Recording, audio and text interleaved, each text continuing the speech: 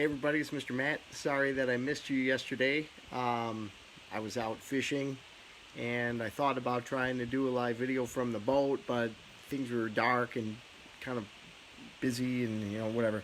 So it just didn't work out. I figured I'll just postpone from yesterday until today. So here we are today.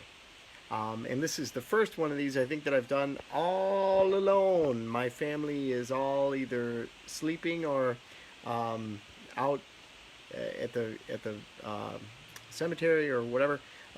Everybody's gone either to their beds or out except for me.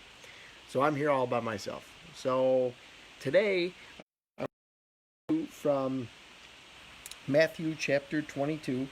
And we're going to start in verse number 34. So this is Matthew chapter 22, and we're going to start in verse 34.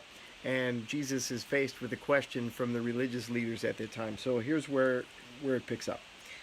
Hearing that Jesus had silenced the Sadducees, they were a certain portion of the religious leaders at that time. And so hearing that Jesus silenced the Sadducees, the Pharisees, they were different religious leaders, had a little bit different beliefs, got together, and one of them, an expert in the law, tested him with this question: "Teacher, which is the greatest commandment of the law?"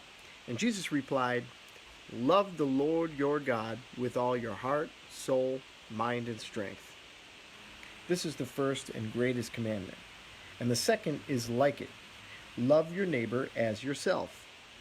All of the law of the prophets, all of the law and the prophets hang on these two commandments." So basically what Jesus says is love God and love your neighbor exactly the way you love yourself. Love your neighbor as you love yourself. And if you do that, everything that's written in the Old Testament, everything that's written in the first 5 books of the Bible, everything that's written previously up until this point is all rolled in to those two commandments.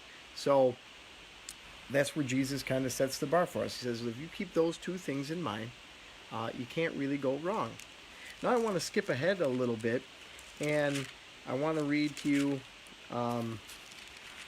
this is from Matthew chapter 25, and this is beginning with verse 31.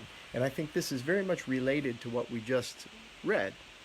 So Jesus is speaking to just his disciples now, okay? So he's speaking just to them, and he says to them, when the Son of Man comes, whenever you hear that, Jesus is talking about himself. When the Son of Man comes in his glory and all the angels with him, he will sit on his throne in heavenly glory. All the nations will be gathered before him, and he will separate the people one from another as a shepherd separates the sheep from the goats. He will put the sheep on his right and the goats on his left. Then the king will say to those on his right, "Come, you who are blessed by my Father, take your inheritance, the kingdom prepared for you since the creation of the world. For I was hungry, and you gave me something to eat. I was thirsty, and you gave me something to drink. I was a stranger, and you invited me in. I needed clothes, and you clothed me. I was sick, and you looked after me. I was in prison, and you came to visit me."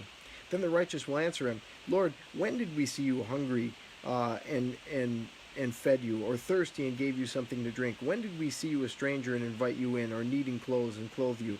When did we see you sick or in prison and go to visit you?" And the king will reply, "I tell you the truth, whatever you did for one of the least of these brothers of mine, you did for me." So Jesus says in that last thing that we were reading before, to love God and to love your neighbor as yourself. He doesn't separate those as two separate commandments. He was asked, what is the greatest commandment? And he gives that answer. Love God and love others. They're the same. And then he goes on a little bit later, he's talking to his disciples, and he says, you will, when you get into heaven, you are going to get this reward for all those times that I was hungry and you fed me, and I was thirsty and you gave me something to drink, and I didn't have a place to stay and you gave me some place to live, you welcomed me in. He says, that's going to be a reward, and people are going to say, when did we do that? And Jesus says, whatever you did for the least people, for the most downtrodden people, for the worst among us, for lack of a better term. Whatever you did for the least of these, you did for me. So once again, Jesus is taking those two, that law, those two things, and combining them into one. He can't separate them from one another. So the rule is this: if you love God, you have to love others, kids. If you love God, you have to show it by loving others. Your brothers and sisters, even when they're getting on your nerves. Your parents, even when they're being annoying and telling you to do your schoolwork every day, even though it feels like school's weirdly out and the summer's here now. It's like so strange and bizarre. The kids at school that maybe pick on you, the kids at school that maybe pick on other kids. Whatever you do for the least of us, that is what you are doing for God.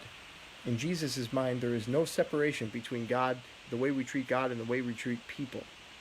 So that's your lesson for today. I encourage you this week, as you go through this week, to try to love others as you love yourself.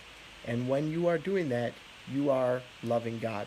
That's Jesus' lesson to you. All right, out of the book of Matthew. All right, I love and miss you all. I'll see you hopefully soon. I think we're going to be getting back together. It's like feels like it's going to be soon now. All right, I hope so. Bye, everybody.